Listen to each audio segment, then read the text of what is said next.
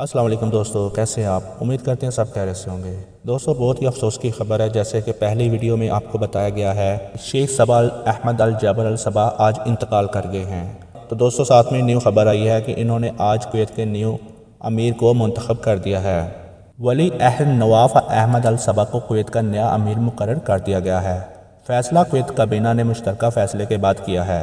خلیجی خبر رساں اداروں کے مطابق سابق امیر کویت الشیخ الصبا احمد الجابر الصبا کی وفات کے بعد کویت نے نیا امیر کا انتخاب کیا ہے۔ ولی عہد نواف احمد الصبا کو نیا امیر مقرر کر دیا گیا ہے۔ دوستو، خیال رہے اس بات کا کہ سابق امیر کویت شیخ الصبا احمد الجابر الصبا بہت عرصے سے بیمار تھے اور وہ 91 برس کی عمر میں انتقال کر گئے ہیں۔ شیخ صبا احمد الجابر الصبا کے انتقال پر کویت بھر میں 3 روز کا سوگ کا اعلان کیا گیا ہے۔ 3 روز کے لیے کویت کا قومی پرچم سرنگو کرے گا۔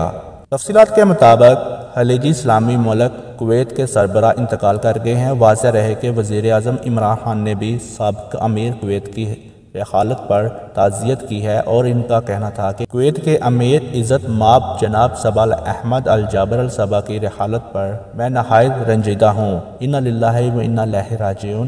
ہم محترم ولی عہد الصبا اور اہل کویت سے دلی ہمدردی اور تعزیت کا اظہار کرتے ہیں۔ پاک کویت تعلقات کے حوالے سے جناب امیر کی خدمات ہمیشہ یاد رکھی جائیں گی۔